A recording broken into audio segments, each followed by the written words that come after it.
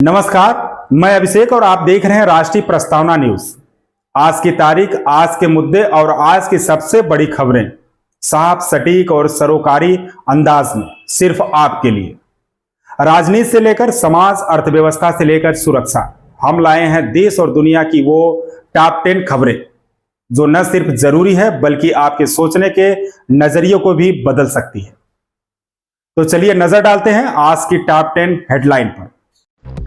Big boss के घर में रिश्ते अक्सर बनते बिगड़ते रहते हैं। अब सीजन 19 में तानिया और अमाल मलिक की दोस्ती में भी दरार पड़ती हुई नजर आ रही है। रियलिटी शो बिग बॉस हमेशा से अपने ड्रामा, इमोशन और रिश्तों की कहानी को लेकर चर्चा में रहता है। इस बार सुर्खियों में है तानिया मित्तल और म्यूजिक कंपोजर अमाल मलिक, जिनकी दोस्ती पहले दिन से शो की सबसे मजबूत कड़ी मानी जा रही थी। शुरुआत से दोनों ने एक दूसरे का हर मुश्किल वक्त में साथ दिया, चाहे तानिया का इमोशनल ब्रेकडाउन हो या अमाल का लो मोमेंट, दोनों हमेशा एक दूसरे का सहारा बने।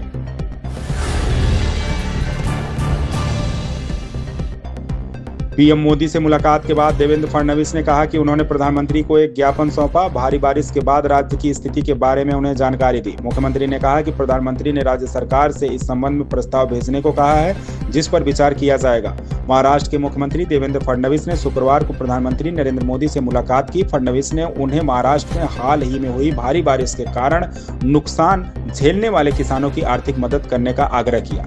महाराष्ट्र के मराठवाड़ा क्षेत्र के बीड और अन्य जिलों में इस सप्ताह के शुरू में भारी बारिश और बाढ़ के कारण फसलों और आवासीय संपत्तियों की बड़े पैमाने पर तबाही हुई।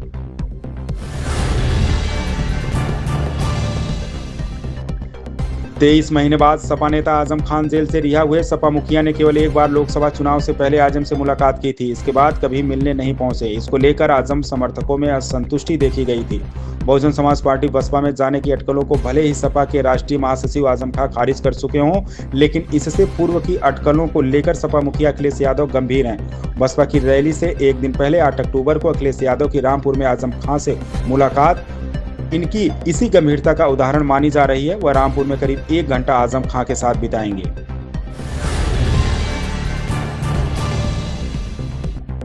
लखनऊ में 19वीं राष्ट्रीय जम्बूरी का आयोजन हो रहा है। यह शिविर युवाओं को साहस, अनुशासन, संस्कृति, विज्ञान और समाज सेवा से जोड़ने का अनूठा अवसर प्रदान करेगा। इसके लिए अस्थायी टेंट सिटी का भूमि पूजन 29 सितंबर को होने जा रहा है। राजधानी लखनऊ में 61 साल बाद राष्ट्रीय जम्बूरी का आयोजन होने जा रहा है। यह युवाओं की ऊर्जा का महाकुंभ बनने जा रही है। इस आयोजन के लिए लखनऊ के वृंदावन योजना स्थित डिफेंस एक्सपो ग्राउंड में एक भव्य टेंट सिटी बनाई जा रही है। इस अस्थायी टेंट सिटी का भूमि पूजन 29 सितंबर को होने जा रहा है।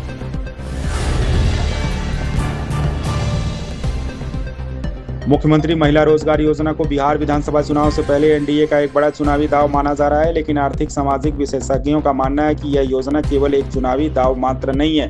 इससे बिहार में महिलाओं की सामाजिक स्थिति में भी बड़ा बदलाव आएगा। मुख्यमंत्री महिला रोजगार योजना अंतर्गत बिहार की 75 लाख महिलाओं को 10-10 हजार रुपये की आर्थिक सहायता आज से दे दी गई।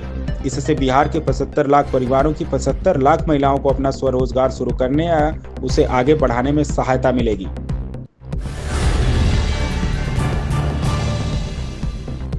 राष्ट्रपति द्रौपदी मुर्मू ने आज राष्ट्रीय भूविज्ञान पुरस्कार 2024 को संबोधित किया। इस दौरान उन्होंने कहा कि भारत को दुर्लभ खनिज तत्वों के उत्पादन में आत्मनिर्भर बनना होगा, क्योंकि वर्तमान वैश्विक परिदृश्य को देखते हुए हमारे लिए यह बहुत जरूरी है। राष्ट्रपति द्रौपदी मुर्मू ने शुक्रवार को कहा कि मौजूदा भू राजनीतिक हालात को देखते हुए भारत को दुर्लभ खनिज तत्वों REE के उत्पादन में आत्मनिर्भर बनना होगा। उन्होंने कहा कि यह कदम न केवल भारत को विकसित राष्ट्र बनने के लक्ष्य की ओर आगे बढ़ाएगा, बल्कि देश की सुरक्षा सुनिश्चित करने में भी महत्वपूर्ण भूमिका निभाएगा।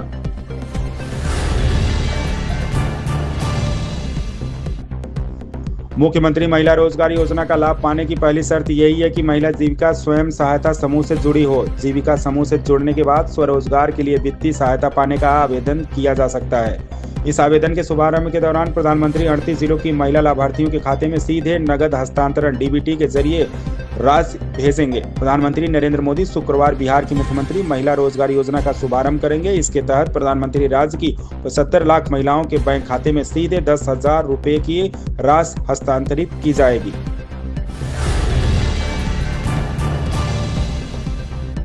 भारतीय क्रिकेट कंट्रोल बोर्ड BCCI की हारिस रऊफ और साहिबजादा फरहान की शिकायत पर शुक्रवार को अंतर्राष्ट्रीय क्रिकेट परिषद (आईसीसी) ने सुनवाई की। समाचार एजेंसी पीटीआई ने टूर्नामेंट सूत्रों के हवाले से बताया कि दोनों को भारत के खिलाफ एशिया कप मैच के दौरान कथित तौर पर भड़काऊ गतिविधियों के लिए प्रतिबंधित किया जा सकता है। भारतीय क्रिकेट कंट्रोल बोर्ड (बीसीसीआई) की हारिस रऊफ और साहिबजादा फरहान की शिकायत पर शुक्रवार को अंतर्राष्ट्रीय क्रिकेट परिषद (आईसीसी) ने सुनवाई की।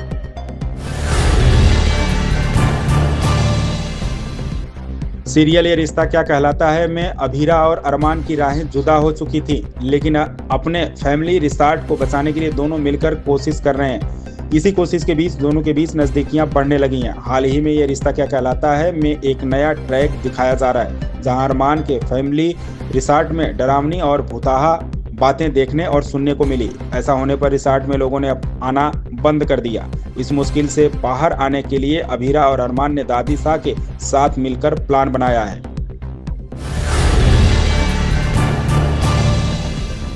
उत्तर प्रदेश 2047 अभियान के तहत अब तक लगभग 6 लाख प्रदेशवासियों ने सुझाव साझा किए हैं। इसमें शिक्षा, स्वास्थ्य, कृषि, आईटी व इंडस्ट्री से जुड़े सुझाव रहे। समर्थ उत्तर प्रदेश, विकसित उत्तर प्रदेश 2047 अभियान के तहत बुधवार तक लगभग 6 लाख प्रदेशवासियों ने अपने सुझाव साझा किए। इसमें ग्रामीण क्षेत्रों में लगभग 4.70 लाख तो वहीं नगरीय क्षेत्रों से लगभग 1.30 लाख प्रदेशवासी जुड़ चुके हैं। सर्वाधिक 3.20 लाख सुझाव 31 से 60 वर्ष आयु वर्ग के लोगों द्वारा किए गए हैं, जबकि लगभग 2.40 लाख सुझाव 31 वर्ष से कम आयु वर्ग के लोगों ने दिए हैं।